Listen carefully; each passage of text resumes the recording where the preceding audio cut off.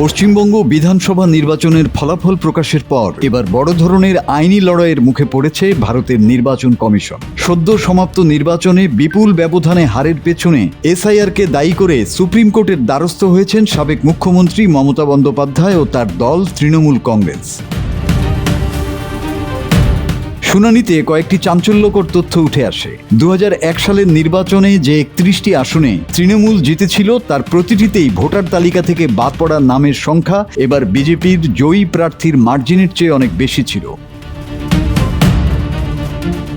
আদালতকে জানানো হয়, রাজ্য জুড়ে তৃণমূল ও বিজেপির মধ্যে প্রাপ্ত ভোটের ব্যবধান প্রায় 32 লাখ, কিন্তু ভোটার তালিকায় নাম পুনর্বহালের জন্য এখনও প্রায় 35 লাখ আপিল আবেদন বিভিন্ন ট্রাইব্যুনালে ঝুলে রয়েছে।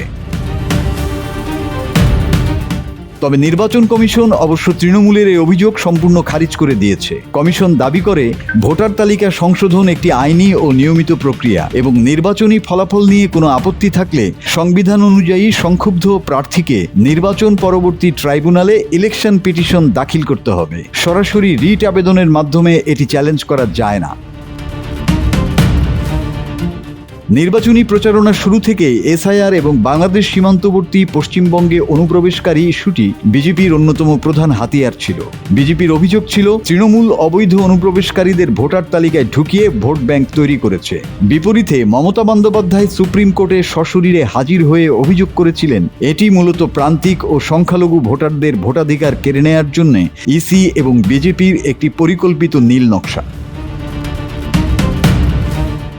News desk, 24 hours Bangla.